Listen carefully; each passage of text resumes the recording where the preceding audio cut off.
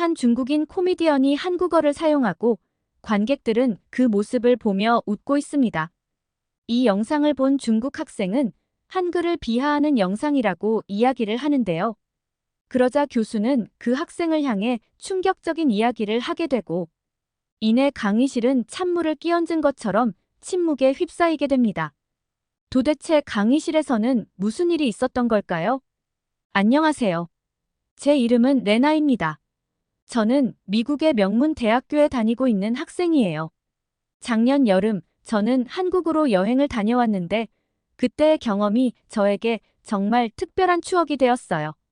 한국의 아름다운 풍경, 맛있는 음식, 그리고 무엇보다 한국 사람들의 따뜻한 환대에 깊은 감동을 받았죠. 제가 한국을 방문한 건 우연한 계기였어요. 대학 친구 중 한 명이 교환학생으로 서울에 가게 되었는데 저를 초대했거든요. 처음에는 망설였지만 새로운 문화를 경험해보고 싶다는 호기심에 용기를 내어 떠나기로 했죠. 그 결정이 제 인생에서 가장 멋진 선택 중 하나가 되었다는 걸 나중에 깨달았어요. 가장 기억에 남는 건 길을 잃었을 때였어요. 당시 저는 서울의 복잡한 거리에서 방향을 잃고 헤매고 있었어요. 영어로 된 지도를 들고 두리번거리고 있는데 한 친절한 할아버지께서 저에게 다가오셨죠. 할아버지는 영어를 잘 하시지는 못했지만 손짓과 발짓으로 제가 가려는 곳을 물어보셨어요. 그리고는 놀랍게도 할아버지께서 직접 저를 목적지까지 데려다 주셨어요. 한국어로 이것저것 설명해 주시는데 비록 알아듣지는 못했지만 그 따뜻한 마음이 전해져 왔죠. 그때 느낀 한국인의 따뜻함은 지금도 잊을 수 없습니다. 이 여행을 계기로 저는 한국이라는 나라와 한국 문화에 깊은 관심을 갖게 되었어요. 특히 한글에 매료되었죠. 처음에는 그저 예쁜 모양의 기호로만 보였던 한글이 알아갈수록 과학적이고 체계적인 문자라는 걸 알게 되었어요. 길거리의 간판들, 지하철 안내문, 심지어 화장실 표지판까지 모든 곳에서 보이는 한글이 더 이상 그저 낯선 기호가 아니라 흥미로운 수수께끼처럼 느껴졌죠. 한국에서 돌아온 후 저는 한국어와 한국 문화에 대해 더 자세히 알아보고 싶어졌어요. 유튜브에서 한국 관련 영상을 찾아보고 한국 드라마도 시청하기 시작했죠. 그러다 우리 대학에 세계의 언어와 문화라는 수업이 있다는 걸 알게 되었어요. 이번 학기에 그 수업을 듣기로 결정했답니다. 드디어 기다리던 세계의 언어와 문화 수업 중 한글에 대해 배우는 날이 왔어요. 강의실에 들어서자 설렘과 기대감이 가득했죠. 오늘은 세계의 여러 문자 체계 중에서도 특별한 존재인 한글에 대해 알아보겠습니다. 한글은 세계에서 가장 과학적이고 체계적인 문자 중 하나로 평가받고 있죠. 교수님은 칠판에 한글 자음과 모음을 써가며 설명을 이어나가셨어요. 한글의 자음은 발음기관의 모양을 본떠 만들었고 모음은 하늘, 땅, 사람을 상징하는 점과 선으로 이루어져 있습니다. 이런 독특한 구조 덕분에 한글은 배우기 쉽고 사용하기 편리해요. 저는 고개를 끄덕이며 경청했어요. 한국 여행 중에 봤던 간판들이 떠올랐죠. 그때는 아름다워 보였지만 이해할 수 없었던 글자들이 이제는 조금씩 의미를 가지기 시작하는 것 같았어요.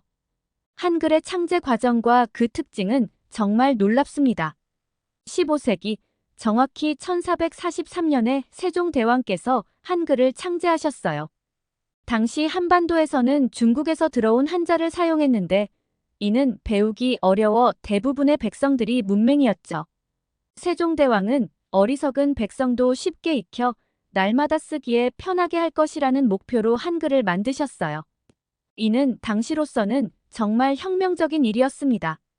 교수님은 칠판에 한글 자음과 모음을 쓰시며 계속 설명하셨어요.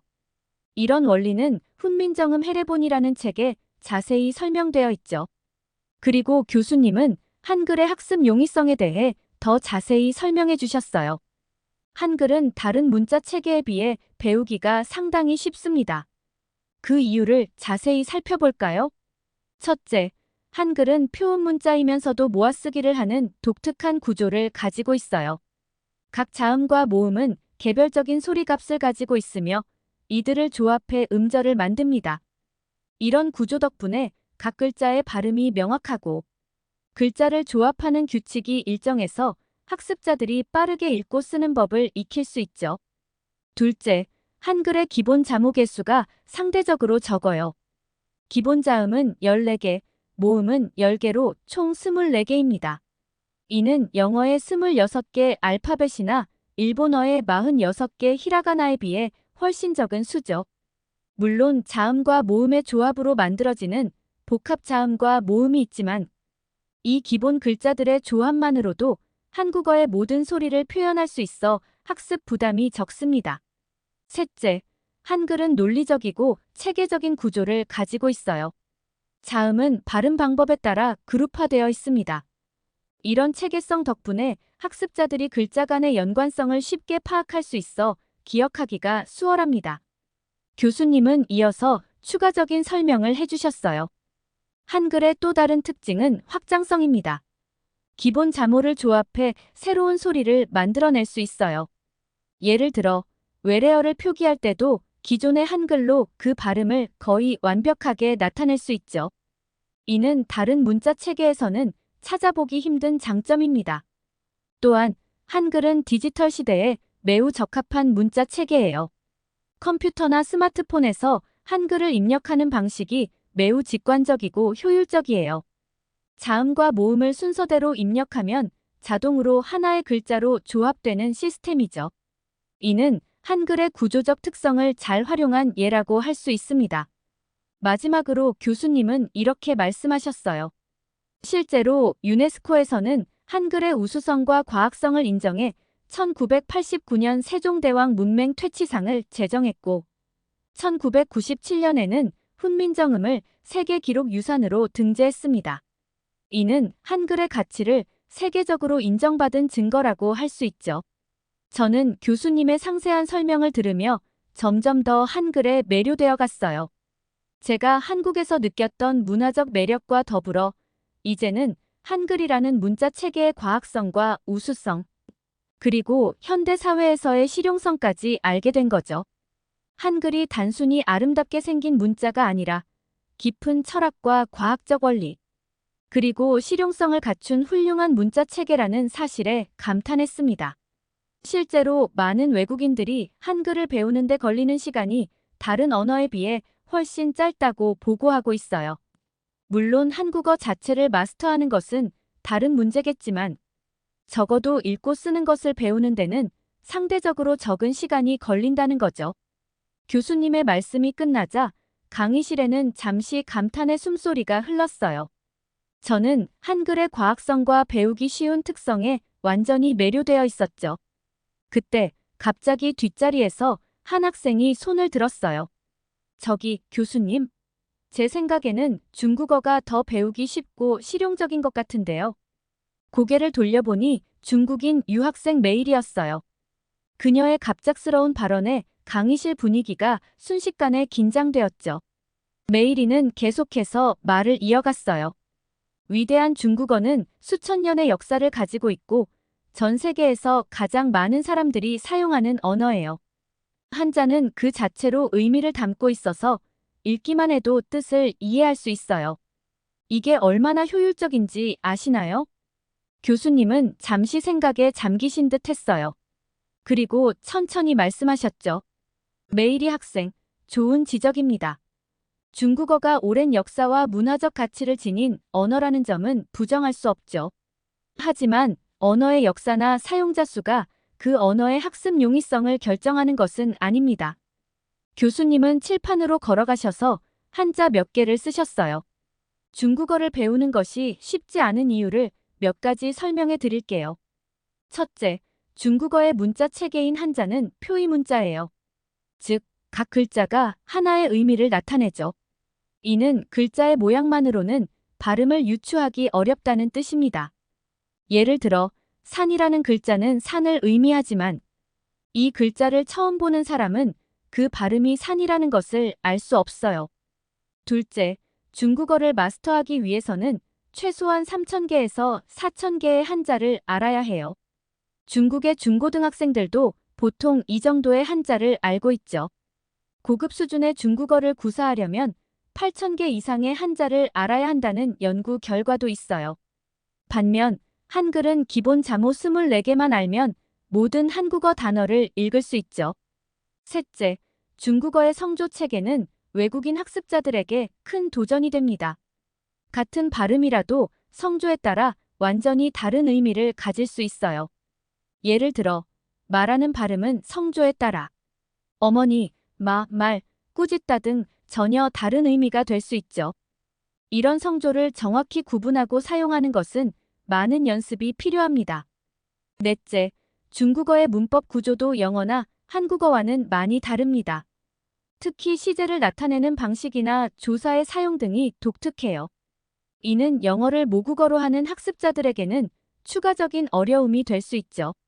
마지막으로 중국어의 방언 문제도 있어요. 표준어인 보통화 외에도 수많은 지역 방언이 있어 실제 중국에서 의사소통을 하려면 이런 방언의 차이도 이해해야 합니다. 교수님의 설명이 끝나자 메이리의 표정이 조금 굳어 보였어요. 하지만 그녀는 여전히 포기하지 않았죠. 그래도 중국어를 배우면 훨씬 더 많은 사람들과 소통할 수 있어요. 중국의 경제력을 생각하면 앞으로 중국어가 더 중요해질 거예요. 게다가 중국 문화는 오랜 역사를 가지고 있어서 중국어를 배우면 그 깊이 있는 문화도 함께 배울 수 있어요. 그때 옆자리에 앉아있던 한국인 유학생 세연 씨가 조심스럽게 끼어들었어요. 제 생각에는 언어의 가치를 단순히 사용자 수나 경제력으로만 판단하는 건 옳지 않은 것 같아요. 각 언어마다 고유의 가치와 아름다움이 있잖아요. 세연 씨는 잠시 숨을 고르더니 계속 말을 이어갔어요. 그리고 실제로 한국어를 배우려는 외국인들이 많이 늘어나고 있어요. 특히 K-팝이나 한국 드라마의 인기 덕분에 젊은 층을 중심으로 한국어 학습 열풍이 불고 있죠. 심지어 중국에서도 한국어와 한국 문화에 대한 관심이 높아지고 있다고 해요. 메이리는 고개를 저으며 반박했어요. 그건 그저 일시적인 유행일 뿐이에요. 한국에서만 쓰는 한글을 배워서 어디에 쓰겠어요? 중국어가 훨씬 더 실용적이고 미래 가치가 있어요. 강의실의 분위기가 점점 더 긴장되어 갔어요. 다른 학생들도 이 논쟁에 관심을 보이기 시작했고 몇몇은 작은 목소리로 자기들의 의견을 나누고 있었죠. 그때 교수님께서 다시 말씀하셨어요. 여러분, 잠깐만요. 이 논쟁은 매우 흥미롭지만 우리가 잊지 말아야 할 점이 있어요. 언어는 단순한 의사소통 도구 이상의 의미를 가집니다. 그것은 한 문화의 정수이자 그 민족의 정신을 담고 있는 그릇이에요. 교수님은 잠시 말을 멈추고 교실을 둘러보셨어요. 모든 학생들의 시선이 교수님께 고정되어 있었죠. 이 시점에서 우리는 언어의 실용적인 측면도 고려해 볼 필요가 있어요. 특히 문맹률 측면에서 한글의 우수성이 두드러집니다. 교수님은 칠판에 몇 가지 숫자를 적으셨어요. 한국의 문맹률은 현재 1% 미만입니다. 이는 세계에서 가장 낮은 수준 중 하나죠.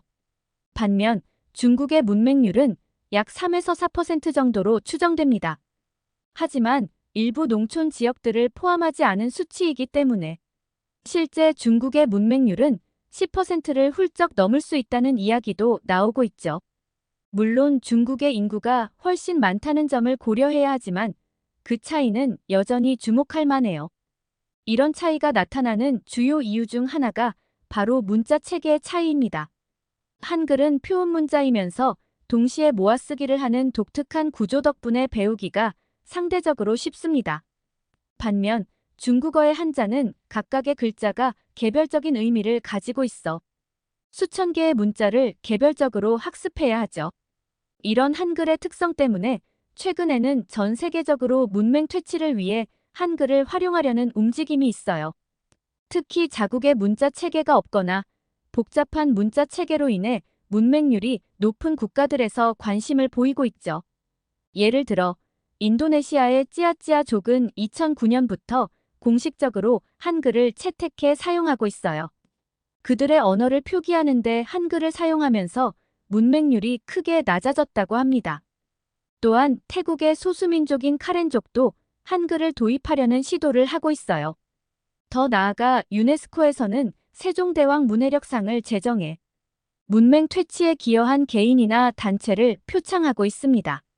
이는 한글의 우수성과 그 활용 가능성을 국제적으로 인정받은 좋은 예라고 할 수 있죠. 교수님의 설명이 끝나자 강의실은 잠시 조용해졌어요. 학생들은 각자 이 새로운 정보를 소화하는 듯 했죠. 하지만 그때 메이리가 다시 손을 들었어요. 교수님, 그래도 중국어가 더 널리 쓰이고 있잖아요. 게다가 중국의 경제력을 생각하면 앞으로 중국어를 배우는 게 더 유리할 거예요. 문맹률이 조금 높다고 해서 중국어의 가치가 떨어지는 건 아니잖아요. 교수님은 잠시 숨을 고르시더니 계속 말씀하셨어요. 최근 몇 년간 세계 유명 대학들에서 한국어와 한글에 대한 관심이 크게 증가하고 있어요. 이는 단순히 한국의 경제력 때문만은 아닙니다. 한글의 과학성과 한국 문화의 세계적 인기가 큰 역할을 하고 있죠. 예를 들어 하버드 대학교에서는 최근 한국어 강좌 수강생이 5년 전에 비해 2배 이상 증가했어요. 옥스퍼드 대학교에서는 2019년에 처음으로 한국어 전공 과정을 개설했고, 프린스턴 대학교에서도 한국학 전공이 급속도로 성장하고 있죠. 교수님의 말씀에 학생들의 눈이 커졌어요. 저도 놀라웠죠. 세계 최고의 대학들에서 한글과 한국어에 이렇게 큰 관심을 보이고 있다니 정말 대단하다고 생각했어요. 게다가 MIT나 스탠퍼드 같은 공과대학에서도 한글의 과학성과 디지털 시대에서의 적합성에 주목하고 있어요. 이들 대학에서는 한글의 구조를 연구하여 인공지능의 언어 처리 시스템 개발에 활용하려는 시도도 있다고 해요. 그때 세연 씨가 조심스럽게 손을 들었어요. 저도 최근 뉴스를 봤는데요. 예일 대학교에서 한국어 수업을 듣는 학생 수가 중국어 수업을 듣는 학생 수를 넘어섰다고 해요. 이게 한류의 영향도 있겠지만 한글의 독특한 매력 때문이기도 하대요. 교수님은 고개를 끄덕이셨어요. 맞아요, 세연 학생. 그건 정말 흥미로운 현상이에요. 한글은 배우기 쉬우면서도 아름다운 디자인을 가지고 있어서 언어학을 전공하지 않는 학생들 사이에서도 인기가 높아지고 있죠. 메이리는 여전히 의아한 표정이었어요. 하지만 교수님, 그래도 중국어를 배우면 더 많은 사람들과 소통할 수 있잖아요. 중국의 인구가 훨씬 많잖아요. 교수님은 부드럽게 미소 지으셨어요. 물론 그렇죠. 하지만 언어 학습의 목적이 단순히 더 많은 사람과 소통하는 것만은 아니에요. 새로운 문화를 이해하고 다양한 사고방식을 접하는 것도 중요한 이유죠. 한글과 한국어는 독특한 문화적 관점을 제공하며 이는 글로벌 시대를 살아가는 우리에게 매우 가치 있는 경험이 될 수 있어요. 저는 교수님의 말씀을 들으며 깊이 고개를 끄덕였어요. 제가 한국 여행에서 느꼈던 그 특별한 감동이 떠올랐거든요. 언어는 단순한 의사소통 도구가 아니라 새로운 세계를 여는 열쇠 같은 거구나 하고 생각했죠. 또 하나 재미있는 사실은 최근 유엔에서 한글날을 세계 공용 기념일로 지정하려는 움직임이 있다는 거예요. 이는 한글의 과학성과 문화적 가치를 세계적으로 인정받은 결과라고 할 수 있죠. 교수님의 말씀에 강의실이 술렁이는 가운데 메이리가 갑자기 손을 들었어요. 그녀의 얼굴에는 여전히 놀란 기색이 역력했죠. 잠깐만요, 교수님. 한글날이 세계 공용 기념일이 된다고요? 그건 좀 과하지 않나요? 적어도 중국에서는 절대 있을 수 없는 일이에요. 우리는 자국의 문화와 언어에 더 큰 자부심을 가지고 있거든요. 메이리의 말에 강의실 분위기가 다시 긴장되는 것 같았어요. 하지만 이번에는 제가 용기를 내어 말을 꺼냈죠. 사실 제가 최근에 본 자료들을 보면 중국에서도 한글과 한국어에 대한 관심이 엄청나게 늘어나고 있어요. 특히 젊은 층을 중심으로 한글 학습 열풍이 불고 있다고 해요.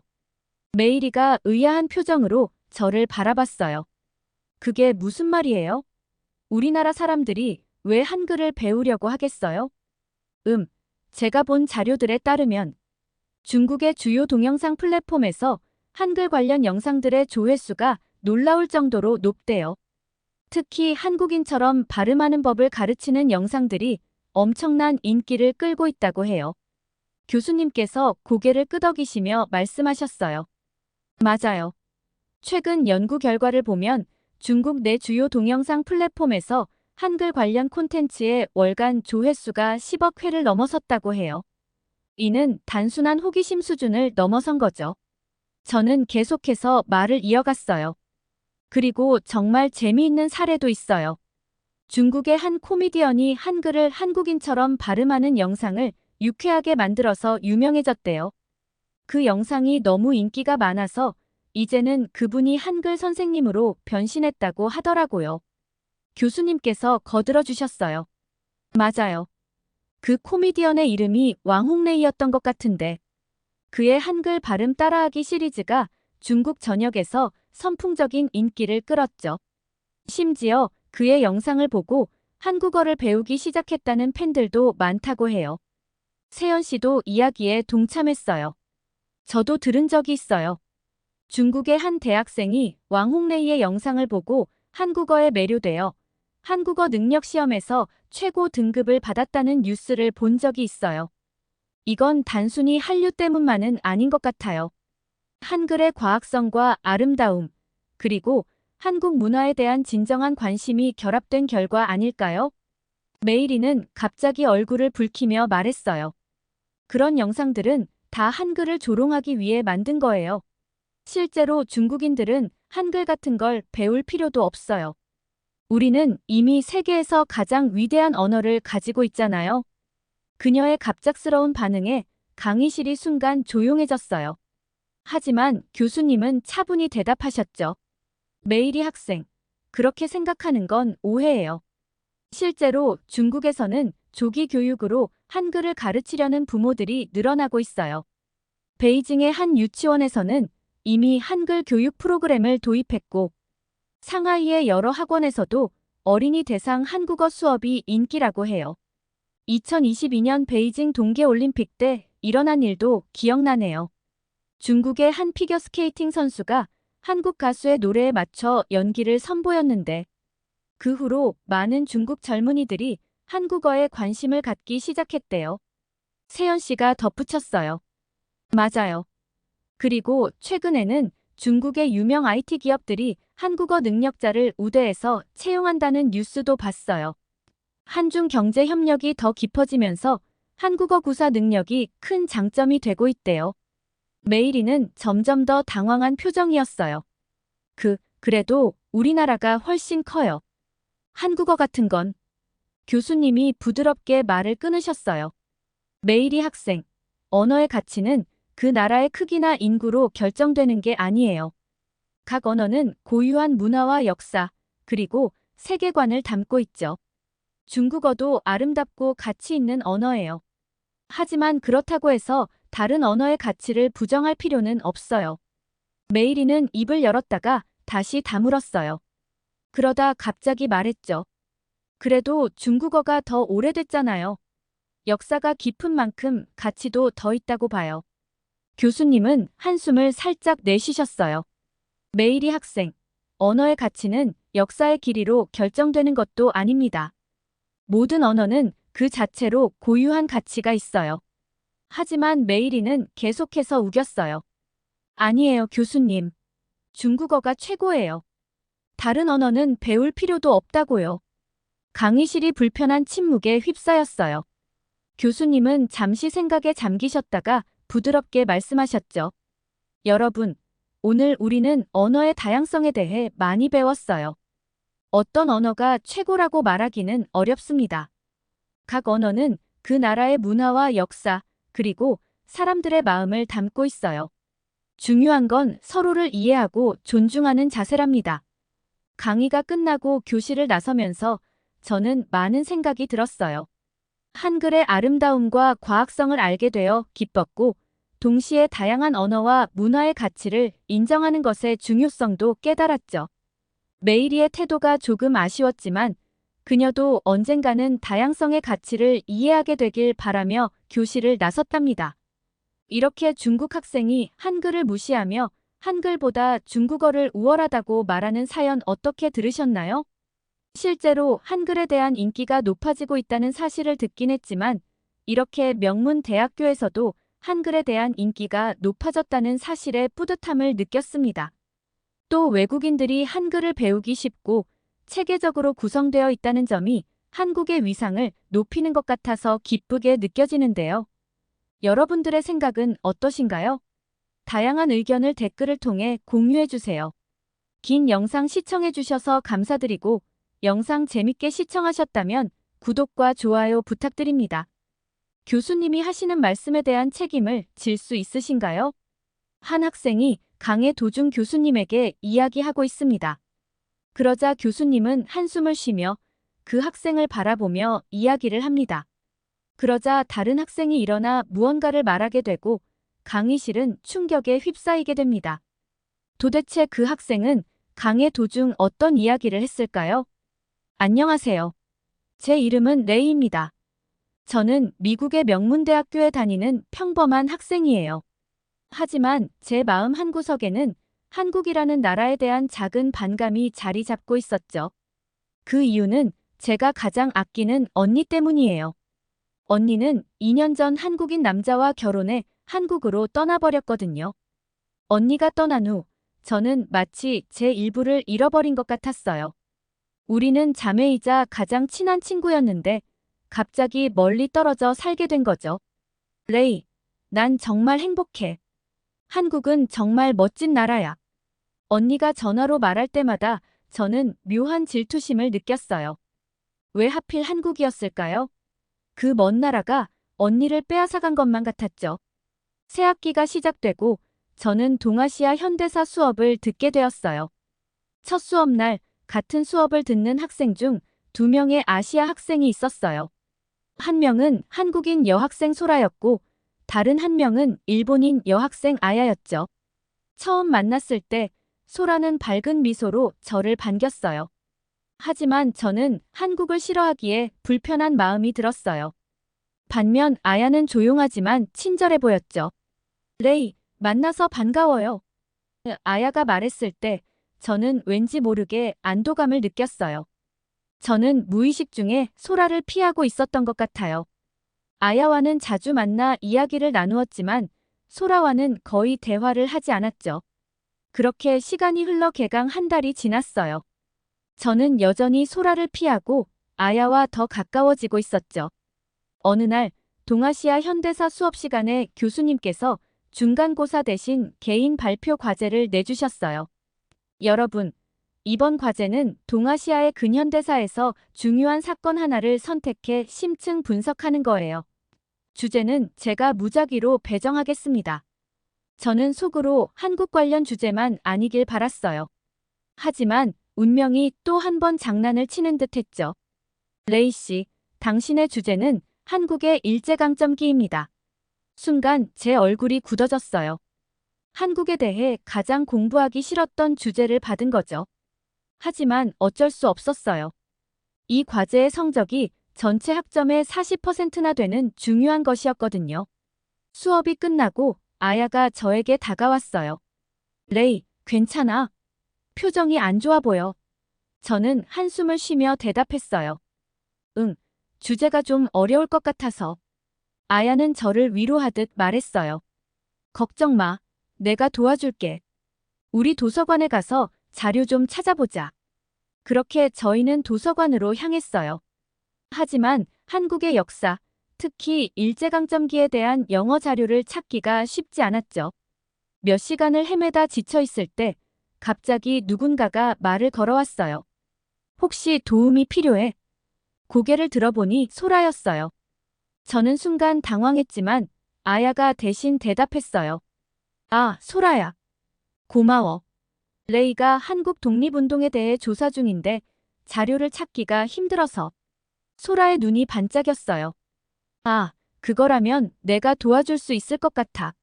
내가 한국에서 가져온 책들이 몇 권 있거든.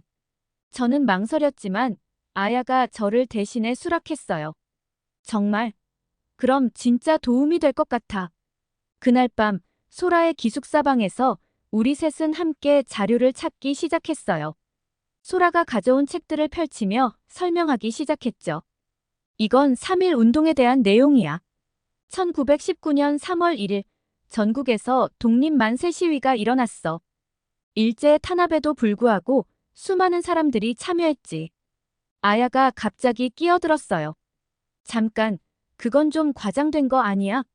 내가 알기로는 그렇게 많은 사람들이 참여한 게 아니라던데. 소라의 눈빛이 날카로워졌어요. 무슨 소리야? 역사적 기록을 봐. 수십만 명이 참여했고 많은 사람들이 일제의 폭력에 희생됐어. 아야는 고개를 저었어요. 그래도 일본이 한국의 근대화에 기여한 것도 사실이잖아. 철도를 깔고 학교를 세우고. 뭐, 그건 전부 수탈을 위한 도구였어. 소라의 목소리가 높아졌어요. 우리 자원을 빼앗기 위해 만든 거라고. 저는 어리둥절한 채로 둘의 논쟁을 지켜보고 있었어요. 누구 말이 맞는 걸까? 아야가 다시 말을 이었어요. 너희들이 말하는 독립운동가들, 사실은 테러리스트에 가까웠어. 무고한 시민들도 다치게 했잖아. 뭐라고? 소라가 벌떡 일어났어요.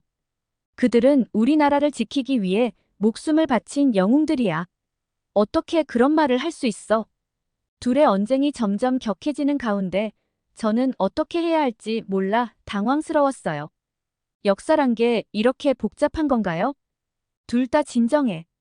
우리 객관적인 사실만 찾아보는 게 어때? 하지만 제 말은 들리지도 않는 것 같았어요. 소라와 아야는 계속해서 서로의 주장을 내세우며 언성을 높였고 분위기는 점점 더 험악해져 갔어요. 너희 일본인들은 아직도 과거를 인정하지 않는 거야? 소라가 외쳤어요. 너희 한국인들은 언제까지 피해자 코스프레 할 거야? 아야가 받아쳤어요. 저는 그저 그 자리에 얼어붙은 채 두 사람의 격렬한 논쟁을 지켜볼 수밖에 없었어요. 이 상황을 어떻게 해결해야 할까요? 과연 진실은 무엇일까요? 저는 점점 더 혼란스러워졌어요. 아야는 갑자기 조용히 일어나 말했어요. 늦었네. 나는 이만 가볼게. 그녀의 목소리에서 뭔가 이상한 것을 느꼈지만 저는 너무 피곤해서 그냥 넘어갔어요. 다음 날, 저는 소라에게서 받은 자료를 정리하며 발표 준비를 시작했어요. 그런데 갑자기 아야가 제 방을 찾아왔어요. 레이, 우리 좀 얘기 좀 할 수 있을까? 아야의 표정이 심각해 보여 저는 걱정되기 시작했어요. 과연 그녀는 무슨 말을 하려는 걸까요? 물론이지, 아야. 무슨 일이야? 아야는 잠시 망설이더니 입을 열었어요. 레이, 너 정말 소라가 말한 걸 다 믿을 거야? 저는 의아한 표정을 지었어요. 무슨 뜻이야? 어제 소라가 말한 내용들 좀 과장된 것 같아. 일본이 한국에 준 영향이 다 나쁜 것만은 아니었거든. 순간 저는 혼란스러웠어요. 소라에게서 들은 내용과 아야의 말이 너무 달랐거든요. 하지만 아야, 그건 식민 지배를 정당화할 수 없잖아. 나도 알아. 하지만 역사는 항상 양면성이 있어. 너무 한쪽으로만 치우치지 말았으면 좋겠어. 아야의 말에 저는 깊은 생각에 빠졌어요. 그녀의 말도 일리가 있어 보였지만 동시에 소라가 들려준 이야기들도 머릿속에서 맴돌았죠. 알았어, 아야. 내 말도 고려해볼게. 하지만 나는 객관적인 사실을 바탕으로 발표를 준비할 거야. 아야는 고개를 끄덕였지만 그녀의 눈빛은 여전히 불만족스러워 보였어요. 며칠 후, 저는 소라와 함께 발표 준비를 위해 카페로 향하고 있었어요. 우리는 조용한 장소에서 자료를 정리하고 발표 구성을 짜기로 했죠. 카페 근처에 도착했을 때 어디선가 익숙한 목소리가 들려왔어요. 아야의 목소리였죠. 저도 모르게 발걸음을 멈추고 귀를 기울였어요. 그 한국인 애랑 레이 말이야. 둘이 뭔가 이상해. 아야의 목소리가 또렷이 들렸어요. 무슨 뜻이야? 걔네 둘 다 사상이 이상해. 특히 그 한국인애 완전 편협해. 역사를 너무 왜곡해서 봐. 저는 놀라서 소라를 바라봤어요. 소라도 이 대화를 듣고 있었던 거죠. 그녀의 표정이 굳어져 있었어요. 아야가 계속 말을 이어갔어요. 솔직히 나는 한국이랑 한국인들이 정말 싫어. 항상 자기들이 피해자인 척하고 일본을 욕하고 레이한테도 그런 생각 심어주고 있어. 저는 충격을 받았어요. 아야가 이런 생각을 하고 있었다니. 그동안 제 앞에서는 항상 친절하게 굴었는데 이게 그녀의 진짜 모습이었던 걸까요? 근데 넌 왜 레이랑 어울려? 다른 목소리가 물었어요. 아야가 웃으며 대답했어요. 걔가 미국인이잖아. 어떻게든 내 편으로 만들어야지. 한국인들보다는 일본이 더 낫다고 생각하게 만들면 좋잖아. 저는 더는 듣고 있을 수가 없었어요. 가슴이 답답해지고 머리가 어지러웠죠. 소라도 마찬가지였을 거예요. 레이. 소라가 조용히 불렀어요. 그녀의 목소리에는 걱정과 안타까움이 묻어 있었어요. 아야의 말을 들은 후 저는 큰 충격에 빠졌어요. 하지만 동시에 더 객관적으로 역사를 바라봐야겠다는 결심을 하게 됐죠. 소라와 함께 도서관에서 밤을 새워가며 자료를 찾았고 한국과 일본 양국의 역사 서적은 물론 미국, 영국 등 제3국의 시각에서 쓰인 자료들도 꼼꼼히 살펴봤어요. 드디어 발표 날이 왔어요. 떨리는 마음으로 강단에 섰죠. 안녕하세요. 오늘 저는 일제강점기 한국의 독립운동에 대해 발표하겠습니다. 1910년부터 1945년까지 35년간 한국은 일본의 식민 지배를 받았습니다. 이 기간 동안 한국인들은 언어, 문화, 그리고 정체성마저 빼앗기며 큰 고통을 겪었습니다. 일제는 한국어 사용을 금지하고 일본어를 강요했습니다. 학교에서는 한국어로 수업을 하면 벌을 받았고 공공장소에서도 한국어 사용이 제한되었죠. 심지어 한국인들의 이름도 일본식으로 강제 개명되었습니다. 문화적으로도 큰 탄압이 있었어요. 한국의 전통 문화와 예술은 미개하다는 이유로 억압되었고 대신 일본 문화가 강요되었습니다. 우리의 역사 교과서는 폐기되고 일본의 관점에서 쓰인 교과서로 대체되었죠. 더 나아가 일제는 한국인의 정체성 자체를 말살하려 했습니다. 내선일체라는 정책을 통해 한국인을 일본인으로 동화시키려 했고 우리의 민족 정신을 무너뜨리려 했습니다. 경제적으로도 심각한 수탈이 있었습니다. 토지조사 사업을 통해 많은 한국인들이 땅을 빼앗겼고 우리의 자원은 일본으로 반출되었습니다. 많은 한국인들이 강제 노동에 동원되어 열악한 환경에서 일해야 했죠. 이러한 억압은 한국인들의 삶 구석구석에 영향을 미쳤고 깊은 상처와 트라우마를 남겼습니다. 이 시기의 고통은 지금까지도 한국 사회에 큰 영향을 미치고 있습니다. 아야의 얼굴이 굳어지는 게 보였지만 저는 계속 이어갔어요. 특히 주목해야 할 점은 위안부 문제입니다. 1932년부터 1945년까지 일본군은 점령 지역에서 소위 위안소라는 시설을 운영했습니다.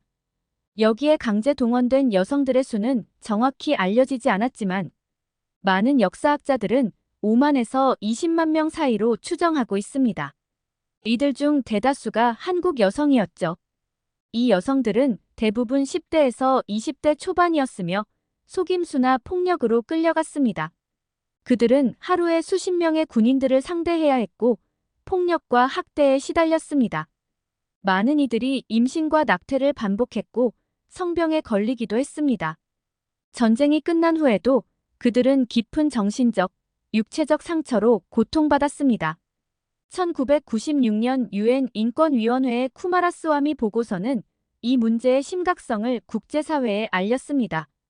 이 보고서는 위안부 제도를 군대 성노예 제도로 규정했고 이를 전쟁 범죄이자 반인도적 범죄로 인정했습니다. 보고서는 일본 정부의 법적 책임을 인정하고 피해자들에게 개인 배상을 할 것을 권고했습니다. 이런 끔찍한 역사적 사실을 말하는 동안 저는 아야의 얼굴이 점점 붉어지는 것을 볼 수 있었어요. 하지만 저는 진실을 말해야 한다고 생각했기에 멈추지 않았습니다. 그리고 저는 한국인들의 저항 정신에 대해 이야기했습니다.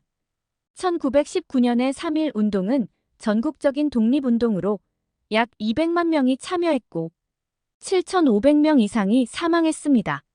1929년의 광주학생운동은 식민지 교육에 반대하는 학생들의 용기 있는 항거였죠. 또한 만주와 연해주 등지에서 활동한 독립군들의 이야기도 언급했습니다. 그들은 열악한 환경 속에서도 끊임없이 독립을 위해 싸웠고 이는 결국 1945년 광복으로 이어졌습니다. 이런 역사적 사실들을 말하면서 저는 한국인들의 고통과 동시에 그들의 불굴의 의지를 느낄 수 있었습니다. 발표를 마치자 교실에는 잠시 정적이 흘렀어요. 그리고 교수님이 박수를 치기 시작하셨죠. 훌륭한 발표였어요, 레이. 객관적인 자료를 바탕으로 잘 정리했네요. 교수님은 이어서 말씀하셨어요. 일제강점기는 동아시아 현대사에서 가장 중요한 시기 중 하나입니다. 이 시기의 역사를 제대로 이해하는 것은 현재의 한일 관계를 이해하는 데도 큰 도움이 되죠. 그때 갑자기 아야가 손을 들었어요. 교수님, 질문이 있습니다. 교수님이 고개를 끄덕이자 아야가 말을 이었어요. 저는 이 발표가 너무 한쪽으로 치우쳤다고 생각합니다.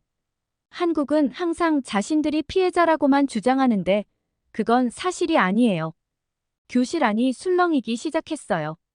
교수님은 침착하게 물으셨죠. 어떤 점에서 그렇게 생각하나요? 아야가 갑자기 일어서며 목소리를 높였어요. 일본은 한국의 근대화에 결정적인 역할을 했다고요. 철도, 학교, 병원. 이런 것들이 없었다면 한국이 어떻게 발전할 수 있었겠어요? 아야는 계속해서 주장했어요. 그리고 위안부 문제요? 강제성이 없었다는 증거가 있어요. 그들은 자발적으로 돈을 벌기 위해 간 거라고요. 교수님이 책상을 탁 치며 말씀하셨어요. 아야 양. 그런 주장은 역사적 사실을 완전히 왜곡하는 겁니다. 식민 지배를 미화하거나 정당화해선 안 됩니다. 하지만 아야는 물러서지 않았어요. 교수님, 일본은 이미 사과했잖아요. 1993년 고노 담화, 1995년 무라야마 담화, 이런 게 있었어요. 언제까지 사과해야 하나요? 교수님은 깊은 한숨을 내쉬셨어요. 사과의 진정성은 그 이후의 행동으로 증명됩니다.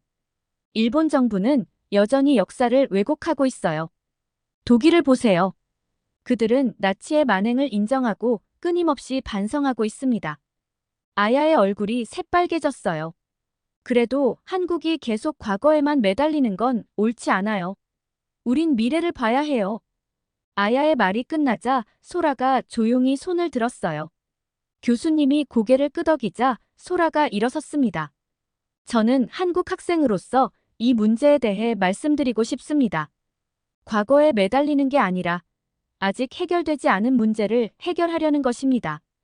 위안부 피해자들, 우리는 그분들을 할머니라고 부릅니다.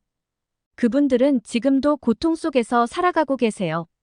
2007년 기준으로 한국에서 공식적으로 확인된 피해자는 234분이었는데 지금은 겨우 12분만 생존해 계십니다.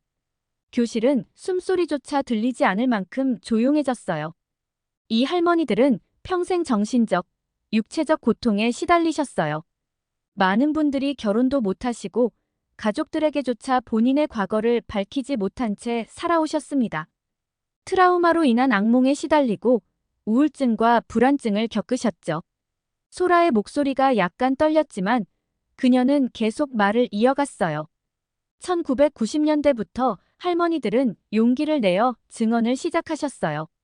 매주 수요일 일본 대사관 앞에서 시위를 하시며 일본 정부의 공식 사과와 배상을 요구하고 계십니다. 이 수요 집회는 이미 1500회가 넘었어요. 소라는 잠시 숨을 고르더니 다시 말을 이었습니다. 할머니들은 단순히 개인적인 보상을 원하시는 게 아닙니다. 역사적 진실을 바로잡고 이런 비극이 다시는 일어나지 않기를 바라시는 거예요. 그런데 일본 정부는 여전히 법적 책임을 인정하지 않고 있고 심지어 일부 정치인들은 할머니들을 모욕하는 발언까지 하고 있습니다. 교실 전체가 소라의 말에 귀 기울이고 있었어요. 아야의 얼굴은 창백해져 있었죠. 우리가 원하는 건 진정한 사과와 반성, 그리고 올바른 역사 교육입니다. 이것은 과거에 매달리는 게 아니라 더 나은 미래를 만들기 위한 노력이에요. 할머니들의 남은 인생이 얼마 없습니다. 우리는 그분들이 살아계신 동안 이 문제를 해결하고 싶은 것뿐입니다. 소라의 말이 끝나자 교실에는 무거운 침묵이 흘렀어요.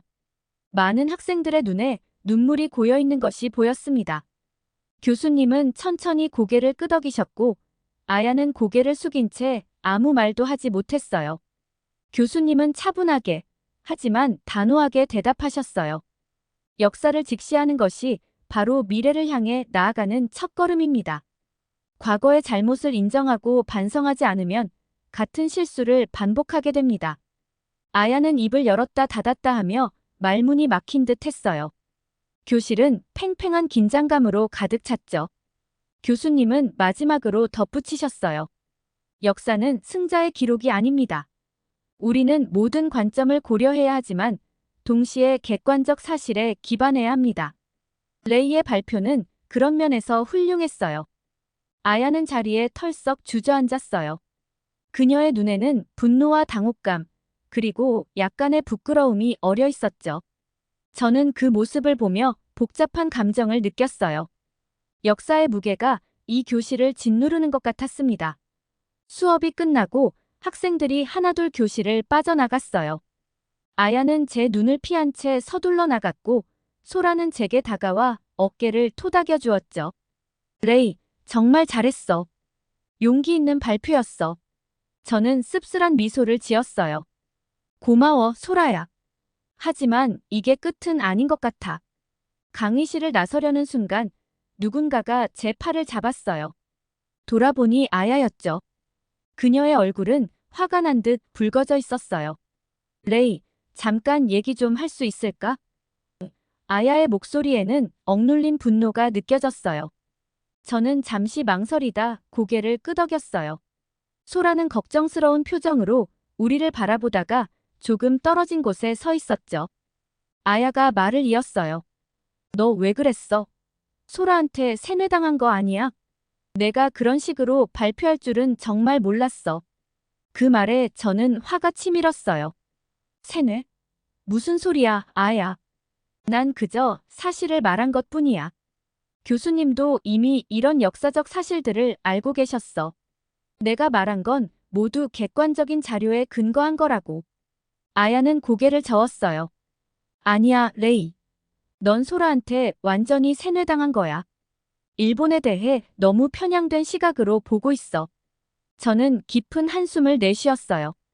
그리고 결심한 듯 입을 열었죠. 아야, 사실은 내가 너에 대해 알게 된 게 있어. 내가 나와 소라의 뒷담화를 한 걸 우연히 들었어. 아야의 얼굴이 순간 창백해졌어요. 뭐? 무슨 소리야? 내가 다른 친구에게 한 말을 들었어. 나를 내 편으로 만들려고 했다는 거, 한국인들을 싫어한다는 거 다 들었어, 아야. 아야는 말문이 막힌 듯 아무 말도 하지 못했어요. 그때 소라가 다가와 말했죠. 아야, 우리가 서로 다른 배경에서 자랐다는 건 알아. 하지만 역사는 객관적인 사실을 바탕으로 봐야 해. 내가 믿고 있는 것들 중에는 잘못된 정보도 있을 거야. 우리 함께 더 공부해보는 건 어때? 아야는 여전히 아무 말도 하지 못한 채 고개를 숙였어요. 잠시 후 그녀는 말없이 돌아서서 걸어갔죠. 그날 이후로 아야와 저의 관계는 완전히 틀어졌어요. 그녀는 수업 시간에도 저를 피하고 말을 걸어도 대답하지 않았죠. 처음에는 마음이 아팠지만 시간이 지나면서 저는 이것이 어쩔 수 없는 일이었다는 걸 깨달았어요. 대신 저는 소라와 더 가까워졌어요. 우리는 자주 만나 역사에 대해 이야기를 나누었고 서로의 문화에 대해 배우는 시간을 가졌죠. 소라는 제게 한국의 아름다운 전통과 현대 문화를 소개해 주었고 저는 미국의 다양성에 대해 이야기해 주었어요. 이 경험은 제 인생의 큰 전환점이 되었어요. 저는 역사의 중요성과 객관적 사실을 바탕으로 판단하는 것의 중요성을 깨달았죠. 또한 문화적 차이를 이해하고 존중하는 법도 배웠어요. 학기가 끝나갈 무렵 저는 언니에게 전화를 걸었어요. 언니, 나 이번 여름에 한국에 갈까 해. 언니도 만나고 한국에 대해 더 많이 배우고 싶어. 언니의 기쁜 목소리가 전화기 너머로 들려왔어요. 정말 너무 좋겠다, 레이. 내가 여기저기 다 데려다 줄게. 전화를 끊으며 저는 미소 지었어요. 이제 저는 더 넓은 세상을 보는 눈을 가지게 되었고, 앞으로의 여정이 기대되었습니다. 역사와 문화의 깊이를 이해하는 것, 그리고 서로 다른 배경을 가진 사람들과 소통하는 것. 이것이 제가 이번 학기에 배운 가장 큰 교훈이었습니다. 이렇게 한국을 싫어했던 레이가 한국의 역사에 대해 공부하고 한국인을 만나서 인식이 바뀌는 사연 어떻게 들으셨나요? 아직도 일본은 한국에게 사과하지 않으려 하고 잘못된 역사를 가르치고 있다는 사실에 저도 굉장히 놀랐는데요. 지금이라도 일본인들이 역사적 사실을 알게 되고 하루빨리 잘못을 반성하는 날이 왔으면 좋겠습니다. 여러분들의 의견은 어떠신가요? 다양한 의견을 댓글로 공유해주세요. 구독과 좋아요 눌러주시고 긴 영상 시청해주셔서 감사합니다.